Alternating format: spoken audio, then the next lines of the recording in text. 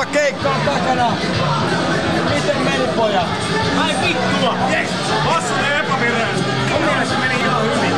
Mun vittu hattu päässä ja hajotettiin noitten kamat, ja sehän meni ihan vittu hyvin. Ja siis harvinaisena kertomana voidaan näin, pojat hajottivat mikrofonin, siis vokaalit olivat niin voimakkaat, että mikrofoni hajosi. Kyllä! Mä etin 3 biisiä Samun rumpukapulaa. Ai mä en edes huomannut. Oi joo, Lähtikö tämä laulu sellaisella volyymilla, että todella mikrofoni hajosi vai? Kyllä! Kyllä lähtee. Se on valmistusvirhe ja se oli en mä nyt muista kenen tekemä se on, mut meni murtuu. Murtu, joo.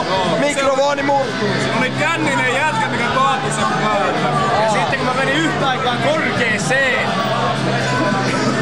Se oli liikaa mikrofoni paralle. Ja hän murtui. Selvä. Ja huomenna Hartwall Areenalle. Tämä antoi ilmeisesti siis tsemppiä seuraavalle keikalle. Kyllä! Koska näemme seuraavan keikan?